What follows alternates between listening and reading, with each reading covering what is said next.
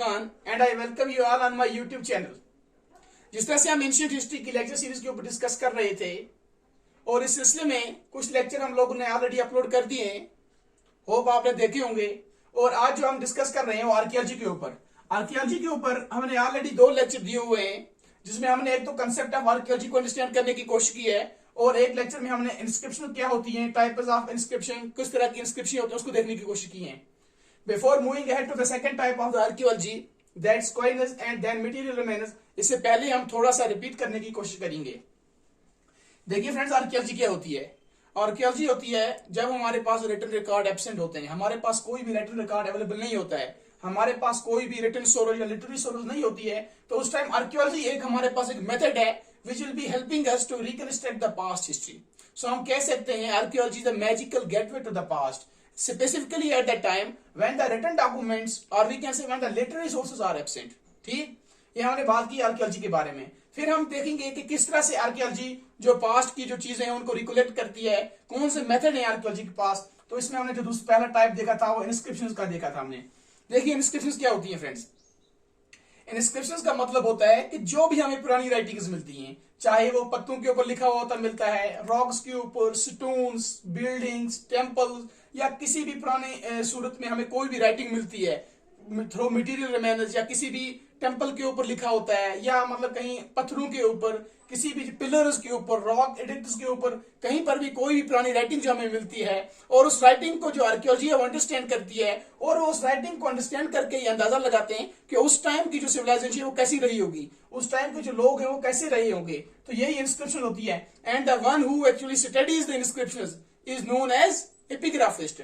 जो इंस्क्रिप्शन को पढ़ता है उसे क्या बोलते हैं? एपिग्राफिस्ट बोलते हैं उसे। हमने आप पिछले लेक्चर देख लीजिए, उसमें अपलोड भी किया हुआ है, ठीक है ना। Epigraphy, study of inscription is called as epigraphy. और जो बंदा इंस्क्रिप्शन को पढ़ेगा, ठीक है ना, जो स्टडी करेगा एपिग्राफी की, उसे एपिग्राफिस्ट बोलते हैं।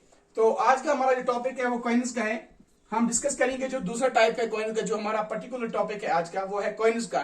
कि दूसरा जो टाइप है आर्कियोलॉजी के पास वो है कॉइन्स। कि आर्कियोलॉजी कॉइन्स को देखती है, जो पुरानी कॉइन्स हमें मिलती हैं, चाहे वो अर्ली पंच मार्केट कॉइन्स हैं, गोल्ड कॉइन्स हैं, सिल्वर कॉइन्स हैं, तो किस तरह से आर्कियोलॉजी जो पुरानी कॉइन्स को देखती है और उसको देखने के बाद, उसकी ऑब्जर्व करने के बाद, एनालाइज करने के बाद वो पास्ट हिस्ट्री को रिकंस्ट्रक्ट करते हैं। यही चीज हम आज इस लेक्चर में आपको अंडरस्टैंड करने की कोशिश करवाएंगे। देख लीजिए, हमारे पास चाहे गोल्ड कॉइन है या सिल्वर कॉइन है, तो देखिए डियर फ्रेंड्स, किस तरह से, अब ये क्वेश्चन हर एक के दिमाग में कि किस तरह से कॉइन्स हेल्प करती हैं कि हम रिकंस्ट्रक्ट करें पास्ट हिस्ट्री। देखिए उस टाइम की कॉइन्स जब हमें मिलती हैं, जब हम डिग डीप करते हैं इनटू द सॉइल, हम या हमें कोई भी पास्ट की कॉइन्स मिलती हैं आज से 4000 साल पहले, 3000 साल पहले, या 2000 साल पहले, या बीसी की बात कर लीजिए, तो क्या होता है उन कॉइन्स को हम ऑब्जर्व करते हैं। आर्कियोलॉजिस्ट जो हैं, जो बड़े बड़े साइंटिस्ट बैठते हैं, आर्कियोलॉजिस्ट बैठते हैं, वो देखते हैं, वो इसकी साइंटिफिक स्टडी करते हैं इन कॉइन्स की। दे ऑब्जर्व कि what kind of language have been used, उस वक्त कौन सी लैंग्वेज इस्तेमाल की गई थी। मैं यहां पे थोड़ा सा लिख के रखूंगा कि किस तरह की उस टाइम लैंग्वेज यूज की गई थी, किस तरह की लैंग्वेज, या उनकी एडमिनिस्ट्रेशन कैसी थी। इस चीज को भी देखा जाता है कि किस तरह की एडमिनिस्ट्रेशन वहां पर थी, या फिर हम कह सकते हैं कि किस तरह का रिलीजन था, क्योंकि जरूरी सी बात है। मैं आपको थोड़ा सा ये एक्सप्लेन करूंगा। देखिए यहां पर हमने थोड़ा सा मोटा मोटा लिखा है हमने, लैंग्वेज, एडमिनिस्ट्रेशन एंड रिलीजन।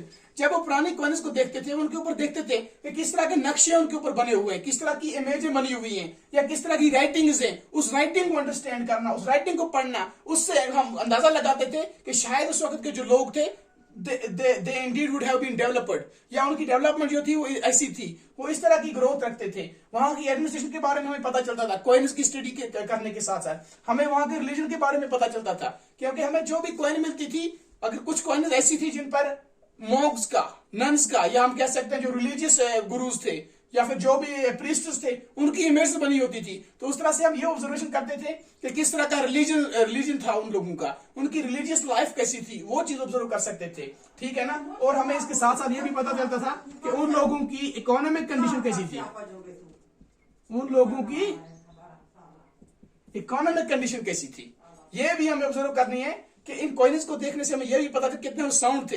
कुछ सिविलाइजेशन ऐसी जो गोल्ड कॉइन इश्यू करती थी, कुछ सिल्वर करती थी, कोई पहले तो अर्ली पंच मार्केट कॉइन्स होती थी। तो ये आपने देखा कि हमने दो बड़े टाइप यहाँ पर डिस्कस किए, एक तो इंस्क्रिप्शंस और दूसरा कॉइन्स। अब थोड़ा सा हम आगे कॉइन्स के बारे में डिस्कस करेंगे। देखिए इंडिया में, अगर हम इंडिया की बात कर लेंगे, स्पेसिफिकली अपनी कंट्री की बात कर लेंगे, तो various types of coins have been issued, ठीक है ना। काफी किस्म की जो कॉइन्स थी were minted by the people of that time या by the rulers of that time। देखिए इसमें सबसे पहली बात जो आपको देखनी है और अंडरस्टैंड ये करनी है कि सबसे पहले गोल्ड कॉइन्स किसने इश्यू की। मैं थोड़ा सा यहां पर लिख के रखूंगा गोल्ड कॉइन्स। गोल्ड कॉइन्स सबसे पहले इंडिया में जो इश्यू की वो इंडो ग्रीक्स ने की। ये आपके लिए अच्छा पॉइंट बन जाएगा। इंडो ग्रीक्स ने सबसे पहले गोल्ड कॉइन्स इश्यू की, ठीक है ना। इसको कंटिन्यू किया कुशानाज ने, जो कुशानाज थे। इसमें कनिष्का का भी हम रोल देखेंगे बाद में, जब हम हिस्ट्री में आगे जाने की कोशिश करेंगे तो आप देखेंगे आहिस्ता आहिस्ता से कि किस तरह से कुशानाज ने और बाद में गुप्ताज ने जो बल्क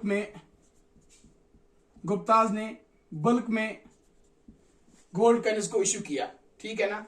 तो यहां पर आपने ये देखा कि गोल्ड कॉइन सबसे पहले इंडिया में इंडो ग्रीक ने इश्यू की, बाद में कुशानाज ने कंटिन्यू किया और गुप्ताज ने बल्क में। और गुप्ता के बारे में एक और इंपॉर्टेंट बात, जबकि हम गुप्ता पीरियड को डिस्कस करेंगे आगे आगे लेक्चर सीरीज में, तो गुप्ताज ही वो लोग थे जिन्होंने सबसे पहले कॉइन के ऊपर इंस्क्राइब किया, और we can say they have actually engraved the name of the king और क्वीन इनटू द कॉइन।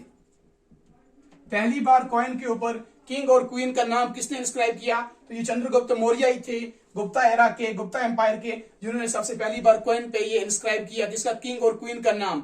तो इस तरह से आप अंडरस्टैंड कर सकते हैं किस तरह से आर्कियोलॉजी कॉइन्स की हेल्प से, how actually the archaeology with the help of the study of the coins they reconstruct the past history, past human civilisation and their development and all their different aspects of life. तो तीसरा top part जो हमारे पास है वो है material remains. जो हमने दो पार्ट डिस्कस किए, इंस्क्रिप्शन और कॉइन्स, और हमने कंसेप्ट देखा आर्कियोलॉजी क्या होती है। आप देखते हैं मटेरियल रिमेन्स क्या होते हैं।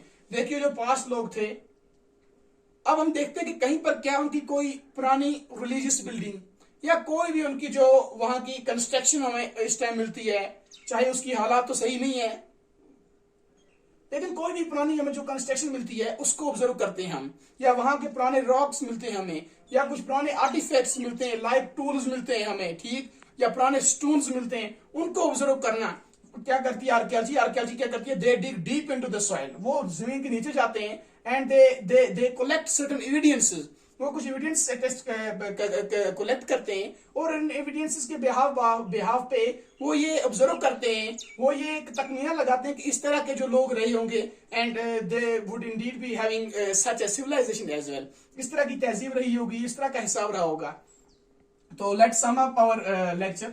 हमने आर्कियोलॉजी का जो टॉपिक है कंप्लीट कर दिया है। हमने कंसेप्ट ऑफ आर्कियोलॉजी डिस्कस किया, उसके बाद हमने टाइप्स ऑफ आर्कियोलॉजी के ऊपर बात की, जिसमें सबसे बड़ा टॉपिक है इंस्क्रिप्शंस। उसके बाद हमने कॉइन्स को देखने की कोशिश की, और फिर मटेरियल रिमेन्स भी हमने थोड़ा सा देखा क्या होते हैं। तो अगला जो टॉपिक हमारा होगा वो उसमें हम करेंगे discuss a brief discussion about archaeology of India, और उसके बाद हम करेंगे डायरेक्ट बात स्टोन एज के ऊपर आ जाएंगे हम, ह्यूमन सिविलाइजेशन कैसे हुई, डेवलपमेंट कैसे हुई। तो thank you so much dear friends, keep supporting, thank you so much.